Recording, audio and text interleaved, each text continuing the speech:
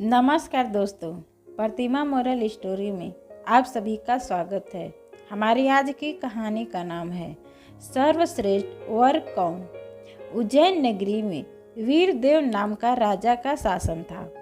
वीरदेव जितना पराक्रमी था, उसकी रानी उतना ही रूपवती थी। दोनों राजा रानी खुशी से अपने राज्य में रह रहे थे, परंतु उन्हें एक ही कमी सदैव महसूस होती थी कि उनके कोई संतान नहीं है। संतान पाने की इच्छा से दोनों सदैव मंदाकिनी के तट पर जाकर तपस्या करते थे। एक दिन भोलेनाथ रानी से प्रसन्न हुए और एक आकाशवाणी हुई कि तुम्हें एक पुत्र और एक रूपवती पुत्री की प्राप्ति होगी। 1 वर्ष बीता और रानी ने एक साथ से पुत्र को जन्म दिया और पुत्र के बाद एक पुत्री को जन्म दिया। पुत्री अत्यंत ही सुंदर थी।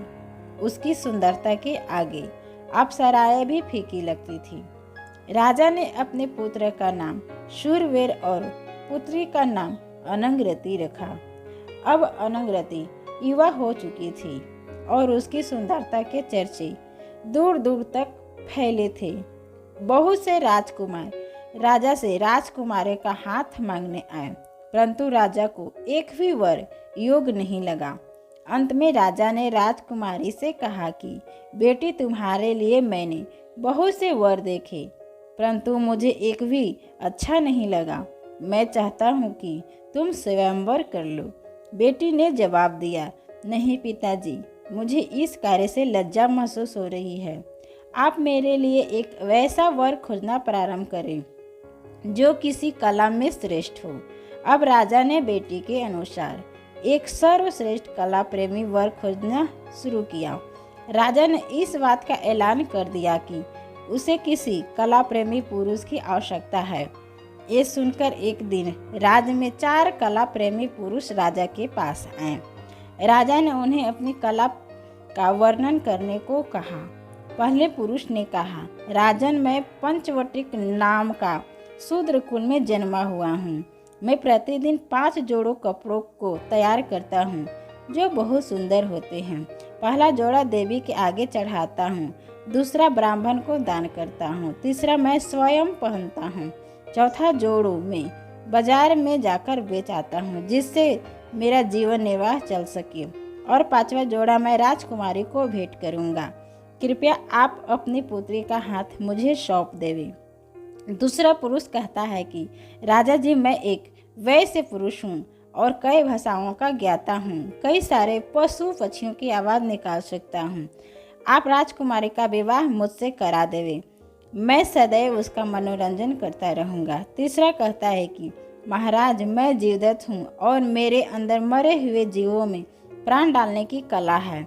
राजकुमारी का विवाह मुझसे करवाएं, क्योंकि ऐसी कला पूरे संसार में किसी के पास नहीं है।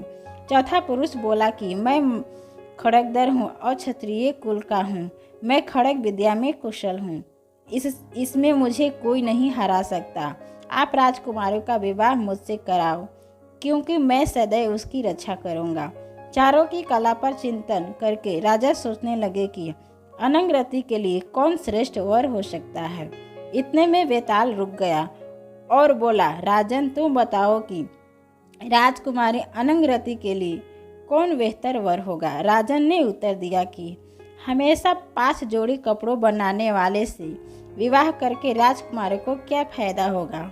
पशु पक्षियों की आवाज़ निकालने वाले से विवाह करने का कोई लाभ नहीं, क्योंकि इससे कुछ समय का मनोरंजन मिलेगा। जो पुरुष मरे हुए प्राणियों में जान डालना जानता है, उससे शादी करने का भी कोई लाभ नहीं होगा, क्योंकि एक दिन सबको मरना ही है और अमर होकर कोई भी खुश नहीं हुआ है। शेष बचा क्षत्रिय पुरुष, तो वो है खड़ग विद्या में कुशल है, जो राजकुमारी की सदैव रक्षा कर सकता है। उसका विवाह राजकुमारी से होना चाहिए। अतः चौथा राजकुमार ही अनंगरती के लिए सर्वश्रेष्ठ है। तो दोस्तों, आशा है कि राजकुमारी अनंगरती का विवाह के लिए सर्वश्रेष्ठ वर की कहानी पसंद आई होगी। कहानी पसंद आई तो इस पे आपका क्या राय है? अपनी राय कमेंट के द्वारा अवश्य बताएं और लाइक और सब्सक्राइब करें। Thank you.